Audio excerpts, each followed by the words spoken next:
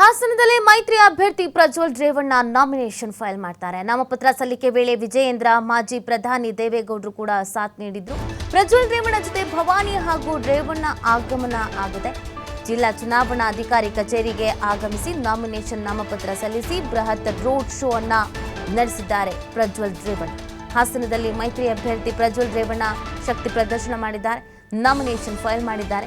ಮೈತ್ರಿ ಅಭ್ಯರ್ಥಿಗೆ ಮೈತ್ರಿ ನಾಯಕರು ಸಾಥ್ ನೀಡಿದ್ದಾರೆ.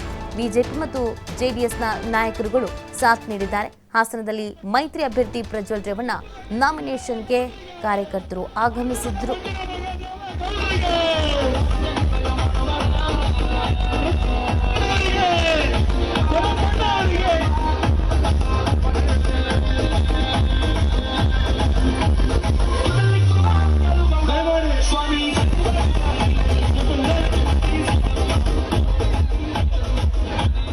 ನರೇಂದ್ರ ಮೋದಿ ಅವರು ಕಳೆದ 10 ವರ್ಷದ ಅವಧಿಯಲ್ಲಿ ಅತ್ಯಂತ ಹೆಚ್ಚು ಯಾರ ಜೊತೆನಾದರೂ ಸಮಾಲೋಚನೆ ಮಾಡಿ ನಮ್ಮ ಮಾಜಿ ಪ್ರಧಾನಮಂತ್ರಿ ಆದಂತ ದೇವೇಗೌಡರ ಜೊತೆ ಅಂತ ನಾನು ಭಾವಿಸ್ತಾ ಇದ್ದೇನೆ.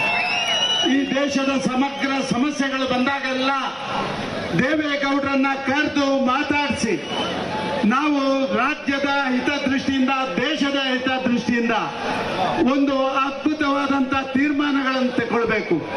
ಅದಕ್ಕಾಗಿ ನಿಮ್ಮ ಸಲಹೆ ಸೂಚನೆಗಳನ್ನು ನಡೆಸಿದ ನಾವು ಕಂಡಿದ್ದೇವೆ. ಇವತ್ತು ದೇವೇಗೌಡರು ನಿಶ್ಚಯ ಮಾಡಿದ್ದಾರೆ, ಅವರ ಸುದೀರ್ಘವಾದಂತಹ ರಾಜಕಾರಣದಲ್ಲಿ, ದೇಶದ ರಾಜಕಾರಣದಲ್ಲಿ ಪ್ರಾಯಶಃ ಅವರು ಕಂಡಂತ ಒಬ್ಬ ಅದ್ಭುತ ರಾಜಕಾರಣಿ ಅದು ಸನ್ಮಾನ್ಯ ನರೇಂದ್ರ ಮೋದಿ ಅಂತ ಹೇಳುವಂತದನ್ನ ಅವರು ಕಂಡುಕೊಂಡಿದ್ದಾನೆ.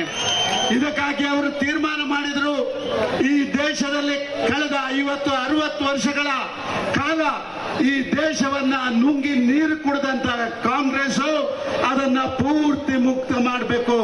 ಅದನ್ನ ಪೂರ್ತಿ ನಾವಿಬ್ರು ಕೈ ಜೋಡಿಸಬೇಕು. ಎನ್ಡಿಎ ಜೊತೆ ಜಾತ್ಯತೀತ ಜನತಾ ದಳ ಸೇರ್ಕೊಳ್ಬೇಕು. ಆ ಮೂಲಕ ದೇಶದ ಇತಿಹಾಸದಲ್ಲಿ ಹೊಸ ಅಧ್ಯಾಯವನ್ನು ಮಾಡಬೇಕು ಅಂತ ಹೇಳಿ ನೀವು ಕಂಡಿದ್ದೀರಿ. ಸನ್ಮಾನ್ಯ ಪ್ರಧಾನಮಂತ್ರಿಯವರು ಈ ದೇಶದಲ್ಲಿ ಮುಟ್ಟದಂತ ಜಾಗ ಇಲ್ಲ, ಮುಟ್ಟದಂತ ಸಾಮಾನ್ಯ ವ್ಯಕ್ತಿಗಳಿಲ್ಲ, ಅವರು ಕೊಡದಂತ ಯೋಜನೆಗಳಿಲ್ಲ.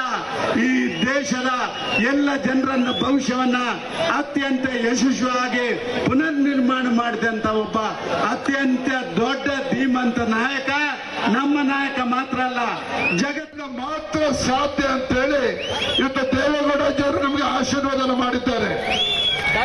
ಹಾಗಾಗಿ ಮೊದಲನೇದಾಗಿ ವಿಶೇಷವಾಗಿ ನಮ್ಮ ಭಾರತೀಯ ಜನತಾ ಪಾರ್ಟಿಯ ಜಿಲ್ಲೆಯ ಎಲ್ಲ ಮುಖಂಡರಿಗೆ ನಾನು ಕೈ ಜೋಡಿಸಿ ಪ್ರಾರ್ಥನೆ ಮಾಡ್ತಕ್ಕಂಥದ್ದು, ಇವತ್ತು ಬಿಜೆಪಿ ಜೆಡಿಎಸ್ ಒಟ್ಟಿಗೆ ಬಂದಿದೆ ಅಂತ ಹೇಳಿದ್ರೆ ಅದು ನಮ್ಮ ಹೆಮ್ಮೆಯ ಪ್ರಧಾನಮಂತ್ರಿ ನರೇಂದ್ರ ಮೋದಿಜಿಯವರ ತೀರ್ಮಾನ. ಇದು ನಮ್ಮ ರಾಷ್ಟ್ರೀಯ ಅಧ್ಯಕ್ಷರಿರ್ತಕ್ಕಂಥ ಜಗತ್ ಪ್ರಕಾಶ್ ನಡ್ಡಾಜಿಯವರ ತೀರ್ಮಾನ. ಇದು ನಮ್ಮ ಹೆಮ್ಮೆಯ ಗೃಹ ಸಚಿವರಾಗಿರ್ತಕ್ಕಂಥ ಅಮಿತ್ ಶಾಜಿಯವರು ತೀರ್ಮಾನ ಮಾಡಿರ್ತಕ್ಕಂಥದ್ದು. ಹಾಗಾಗಿ ಈ ದೇಶದ ಹಿತದೃಷ್ಟಿಯಿಂದ, ಕರ್ನಾಟಕ ರಾಜ್ಯದ ಹಿತದೃಷ್ಟಿಯಿಂದ ಇವತ್ತು ಬಿಜೆಪಿ ಮತ್ತು ಜೆಡಿಎಸ್ ಪಕ್ಷ ಒಂದೇ ವೇದಿಕೆಗೆ ಬಂದಿರತಕ್ಕಂಥದ್ದು. ಮತ್ತು ಇವತ್ತು ಬಿಜೆಪಿ ಜೆಡಿಎಸ್ ಇದು ತಾತ್ಕಾಲಿಕವಾಗಿರ್ತಕ್ಕಂಥ ಹೊಂದಾಣಿಕೆ ಅಲ್ಲ, ತಾತ್ಕಾಲಿಕವಾಗಿರ್ತಕ್ಕಂಥ ಹೊಂದಾಣಿಕೆ ಅಲ್ಲ. ನಮ್ಮ ಮುಂದೆ ಇರ್ತಕ್ಕಂಥ ಗುರಿ ಕರ್ನಾಟಕ ರಾಜ್ಯದಲ್ಲಿ ಈ ದುಷ್ಟ ಬಡವರ ವಿರೋಧಿ, ರೈತ ವಿರೋಧಿ, ದಲಿತ ವಿರೋಧಿ, ಮಹಿಳೆಯರ ವಿರೋಧಿ, ಯುವಕರ ವಿರೋಧಿ ರಾಜ್ಯದ ಕಾಂಗ್ರೆಸ್ ಸರ್ಕಾರವನ್ನ ಕಿತ್ತು ಹಾಕಬೇಕು. ಕರ್ನಾಟಕ ರಾಜ್ಯದಲ್ಲಿ ಬಡವರು, ರೈತರು ಮೆಚ್ಚತಕ್ಕಂಥ ಉತ್ತಮ ಸರ್ಕಾರ ಮುಂದಿನ ದಿನಗಳಲ್ಲಿ ರಾಜ್ಯದಲ್ಲಿ ಬರಬೇಕು. ಈ ಒಂದು ಸದುದ್ದೇಶ ಇಟ್ಕೊಂಡು ಹೊರಟಿದ್ದಾರೆ. ಮಾತ್ರ ಸಾಧ್ಯ ಅಂತ ಹೇಳಿ ಇವತ್ತು ದೇವೇಗೌಡಜಿಯವರು ನಮಗೆ ಆಶೀರ್ವಾದ ಮಾಡಿದ್ದಾರೆ.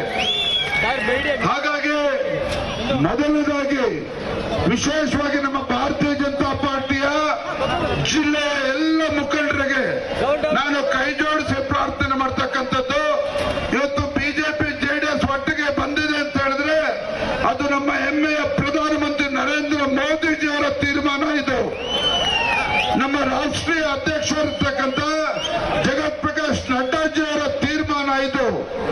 ನಮ್ಮ ಹೆಮ್ಮೆಯ ಗೃಹ ಸಚಿವರಾಗಿರ್ತಕ್ಕಂಥ ಅಮಿತ್ ಶಾಜಿ ಅವರು ತೀರ್ಮಾನ ಮಾಡಿರ್ತಕ್ಕಂಥದ್ದು. ಹಾಗಾಗಿ ಈ ದೇಶದ ಹಿತದೃಷ್ಟಿಯಿಂದ, ಕರ್ನಾಟಕ ರಾಜ್ಯದ ಹಿತದೃಷ್ಟಿಯಿಂದ ಇವತ್ತು ಬಿಜೆಪಿ ಮತ್ತು ಜೆಡಿಎಸ್ ಪಕ್ಷ ಒಂದೇ ವೇದಿಕೆಗೆ ಬಂದಿರತಕ್ಕಂಥ